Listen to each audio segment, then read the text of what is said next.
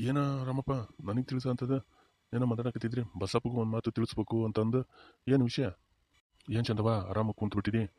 ಅವನು ಪ್ರಕಾಶ್ ಕೆಲ್ಸಕ್ಕೆ ಹೋಗೋಣ ಪಾಡ ಬಿಡವ ಅವನು ಒಳ್ಳೆ ಕೆಲ್ಸಕ್ಕೆ ಸೇರ್ಕೊಂಡು ಒಳ್ಳೆ ಕೆಲಸ ಮಾಡ್ದ ಈ ಇವಾಗಿನ ಹುಡುಗರು ಬರೀ ಅಲ್ಲಿ ಇಲ್ಲಿ ತಿರುಗಾಡ್ತವು ಇವನು ಒಂದು ಸ್ವಲ್ಪ ಓದಿ ಕೆಲ್ಸಕ್ಕೆ ಸೇರ್ಕೊಂಡ ಭಾರಿ ಒಳ್ಳೆ ಕೆಲಸ ಆಯ್ತು ಸಿದ್ದಪ್ಪನು ಭಾರಿ ಒಳ್ಳೆ ಕೆಲಸ ಮಾಡ್ದ ಅವನಿಗೆ ಕೆಲ್ಸಕ್ಕೆ ಸೇರಿದ ತಕ್ಷಣ ಒಂದು ಮದುವೆ ಮಾಡ್ದ ಇಂದನ ಆಮೇಲೆ ಅವನಿಗೆ ಒಂದು ಸ್ವಲ್ಪ ಕಾಯಿಲೆ ಬಂದು ಭಾಳ ದಿವ್ಸ ಇರಲಿಲ್ಲಲ್ಲ ಅವನು ಒಂದು 6 ತಿಂಗಳ ವರ್ಷ ಇದ್ದು ಮದುವೆ ಮಾಡಿ ಮೇಲೆ ಅಷ್ಟೊತ್ತಿಗೆ ತೀರ್ಕೊಂಡಾಗ್ಬಿಟ್ಟ ಇವಾಗ ಇವನು ಹುಡುಗ ಒಳ್ಳೆ ಇದಾಗೈತಿ ಇಬ್ಬರು ಮಕ್ಕಳನ್ನದ ಪ್ರಕಾಶಿಗೆ ಹ್ಞೂ ಬಸಪ್ಪ ಇಬ್ಬರು ಮಕ್ಕಳದಾವು ಒಂದು ಗಂಡು ಒಂದು ಹೆಣ್ಣು ಆಗೈತಿ ಇವಳಿಗೆ ನನ್ನ ಸೊಸೆನೂ ಹಂಗೆ ಇದಿಲ್ಲ ಬಿಡಪ್ಪ ಭಾರಿ ಹೊಂದ್ಕೊಂಡು ಹೋಗ್ತಾಳ ನನ್ನ ಮಗನಿಗೆ ಒಳ್ಳೆ ಮಾಡಿಸಿದ್ದು ಜೋಡಪ್ಪ ಭಾರಿ ಪುಣ್ಯ ಮಾಡಿದ್ದೆ ನಾನು ಇಂಥ ಹುಡುಗಿ ಇದು ಮಾಡ್ಬೇಕಂದ್ರೆ ಹಂಗೆ ಇದು ಇಲ್ಲ ಅವ್ರ ಮನೆ ಕಡೆಗೆ ಮತ್ತು ನಮ್ಕಿನ ಭಾರಿ ಅನುಕೂಲ ಅದಾರ ಆದ್ರೂ ಅಲ್ಲಿದು ಇದನ್ನು ಸೊಕ್ಕು ಪಕ್ಕು ಏನಿಲ್ಲಪ್ಪ ಭಾರಿ ಇದು ಮಾಡ್ಕೊಂಡು ಹೋಗ್ತಾಳ ನಮ್ಮ ಮನೆ ಪರಿಸ್ಥಿತಿಗೆ ನಮಗೆ ಎಷ್ಟು ಇದು ಬೇಕಾ ಭಾರಿ ಬಂದಾರ್ಗಿ ಓದಾರ್ಗಿ ಎಲ್ಲ ಭಾರಿ ಚೆಂದ ನೋಡ್ತಾ ನಮ್ಗೆ ಅದನ್ನು ಎಷ್ಟು ಮರ್ಯಾದೆ ಕೊಡಬೇಕು ಅತ್ತೆ ನೀವೇನು ಮಾಡ್ಬಾರ್ದು ಬಿಡತಿ ಹಂಗೆ ಹಿಂಗೆ ಅಂತಂದು ನನ್ನ ಹತ್ರ ಏನು ಮಾಡ್ಸಲ್ಲಪ್ಪ ಆಕೆ ಹಂಗೆ ಊರಿಗೆ ಹೋದ್ರೂ ಇದು ಬಾರವ ನಾನು ಒಂದು 2 ದಿನ ಅಂತಂದ್ರೂ ಆಕೆ ಇಲ್ಲ ಅತ್ತೆ ನಾನು ಬಂದುಬಿಡ್ತೀನಿ ಅವ್ರಿಗೆ ಕೆಲ್ಸಕ್ಕೆ ಹೋಗೋರು ಮತ್ತು ನೀನು ಒಬ್ಬೇಕು ಹಾಕಿರಿ ನಿನಗೆ ಆಗಲ್ಲ ಹಂಗೆ ಹಿಂಗೆ ಅಂದು ಭಾರಿ ಇದು ಮಾಡ್ತಾಳೆ ಭಾರಿ ಜೀವ ಅದಾಳ ಮಗನ ಮೇಲೆ ಆಯ್ತು ನನ್ನ ಮೇಲೆ ಆಯ್ತು ಮಕ್ಕಳು ಹಂಗೆ ಇಬ್ಬರು ಮಕ್ಕಳದವು ಅವಳು ಅವರು ಸಾಲಿಗೆ ಹೋಗ್ತಾರ ಮತ್ತು ಸಾಲಿದು ಅದು ಅಂತಂದು ಹುಡುಗನ ಭಾರಿ ಇದು ಮಾಡ್ತಾಳೆ ಜೀವ ಮಾಡ್ತಾಳೆ ಬಿಡು ನಾನು ಹಂಗೆ ಇಲ್ಲಿ ಬಂದು ಕುಂತದ್ದು ಅಂದ್ರೆ ಅದೇ ಲಕ್ಷ್ಮೀದು ಅವನು ಒಂದು ಸ್ವಲ್ಪ ಇವರು ಗೌಡ್ರ ಮಗ ನೀವು ಕೆಲ್ಸಕ್ಕೆ ಹೋಗ್ತಿರಲ್ಲ ಹೊಲಕ್ಕೆ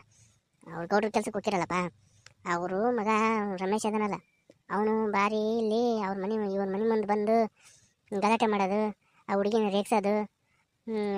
ಬಾ ಪಿಕ್ಚರ್ಗೋನ್ ಬಾ ಅಲ್ಲಿಗೋನ್ ಬಾ ಗೋಬಿ ತಿನ್ನಿಸ್ತೀನಿ ಅಂತ ರೇಗಿಸ್ತಿರ್ತಾನೆ ಅದಕ್ಕೆ ಅದನ್ನ ಹೇಳೋಣ ಅಂತ ಬಂದೆ ಅವನು ರಾಮಪ್ಪ ಇಲ್ಲ ಮತ್ತು ಯಾವಾಗಿದ್ರು ಮದುವೆ ಮಾಡ್ಬೇಕು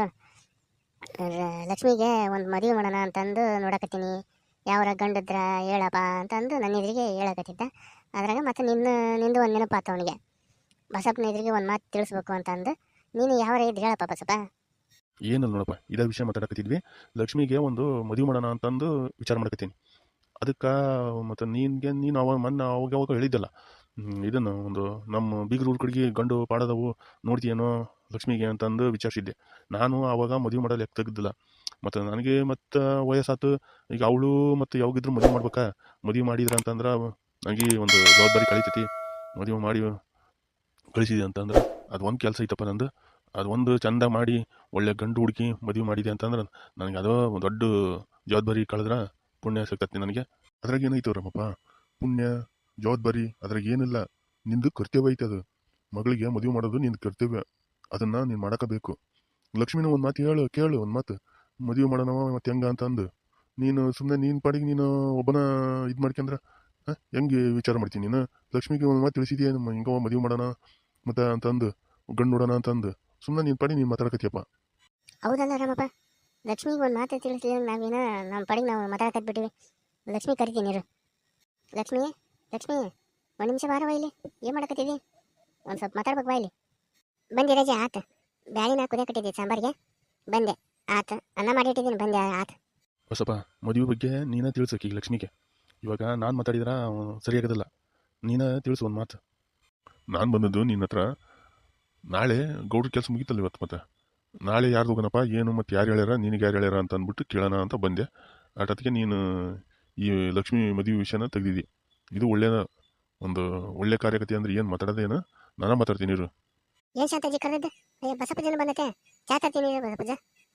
ಚಾ ಏನು ಬೇಡ ಬಾರವ ಲಕ್ಷ್ಮಿ ನಾನು ಇವಾಗ ಚಾ ಕುಡ್ದು ಬಂದಿದ್ದೀನಿ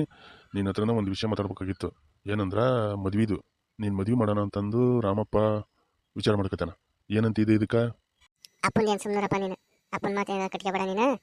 ಈಗ ಅವನ್ನ ಹಾಸ್ಪಿಟ್ಲಿಗೆ ತೋರಿಸಿದ್ದು ಒಂದು ಸ್ವಲ್ಪ ಸಾಲ ಐತಿ ಅಂದು ಚಿಂತೆ ಮಾಡ್ತೈತಿ ಅದ್ರಾಗ ಮತ್ತೆ ಮದುವೆ ಅಂತಂದ್ರೆ ಏನು ಸುಮ್ಮನೆ ಹಂಗೆ ಸುಮ್ಮನೆ ಮಾತಾಡ್ತೈತಿ ಖರ್ಚು ಮೇಲೆ ಖರ್ಚು ಅಂತಂದ್ರೆ ಏನು ಕಷ್ಟ ಆಗಲ್ಲ ನೀನೇ ಹೇಳಿ ಬಸಪ್ಪಜ್ಜ ಹಳೆ ಸಾಲನ ಇನ್ನು ಅವನ್ನ ತೋರಿಸಿದ್ದು ಇನ್ನೂ ಐತಿ ಅದನ್ನ ಸಾಲ ತೀರ್ಸಿಲ್ಲ